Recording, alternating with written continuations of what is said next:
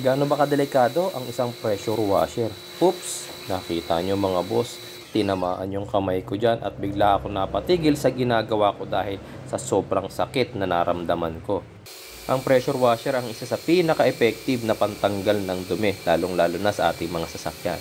Kahit yung mga dumi na matagal nang nakadikit dyan at inabot na ng ilang taon, kaya pa rin niyang tanggalin dahil hindi biro ang lakas ng pressure niyan mga bossing. May technology pa nga na ang ginagamit pang cut ng mga bakal tubig at ang tawag doon, water jet.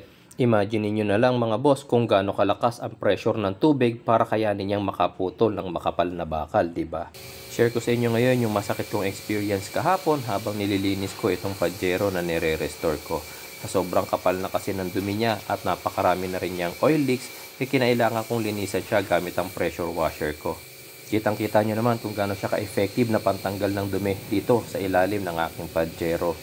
Yung mga nanikit na dumi dyan ay nagpatong-patong na sa ilang taon niyang katagalan, ayan, natatanggal pa rin niya. Kesa kasi gumamit ako ng chemicals o ibang degreaser mga bossing, mas pinili ko na lang na pressure washer ang gamitin, at least tubig lang ang kumakalat sa paligid. Effective naman niyang nagagawa yung kanyang trabaho. Kitang-kita nyo naman kung paano niya nalinis yung aking engine bay.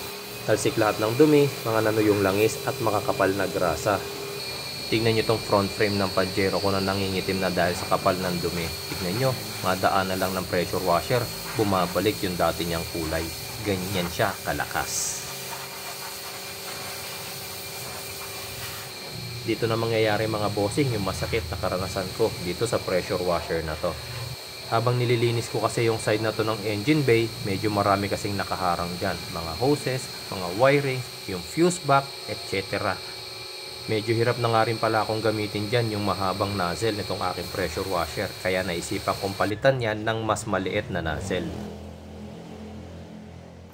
Mas maliit ang spray gun na to, pero tignan nyo, ang pressure niyan hindi pa rin biro. Kayang-kaya pa rin niyang magpatalsik ng napakakapal na dumi. Alam ko naman kung gaano kadelikado ang paggamit ng pressure washer, lalong-lalo na pag tumama yan sa balat natin. Pero kailangan ko kasing gamitin dyan yung isang kamay ko para pansamantalang hawiin yung mga harnesses at hoses na nakaharang, pati yung fuse box. Kasi hindi ko malilinisan yung mga particular parts kung nandun sila. Kahit gaano kasi kalakas ang pressure washer mo, kung hindi naman direktang tinatamaan yung dumi, hindi rin naman yan matatanggal.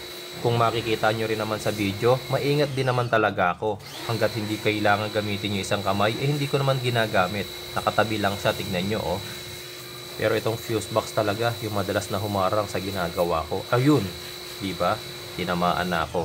Buti na lang talaga mga bossing at mabilis ko rin natanggal yung kamay ko. At napigilan ko rin syempre yung pagpindot doon sa pressure washer. Heto, ipapakita ko sa inyo yung kamay ko na tinamaan ng pressure washer. Grabe guys, sobrang sakit niyan. Tignan nyo, namula para akong nilatigo. Tapos yung pakiramdam ng kamay ko, namamanhid.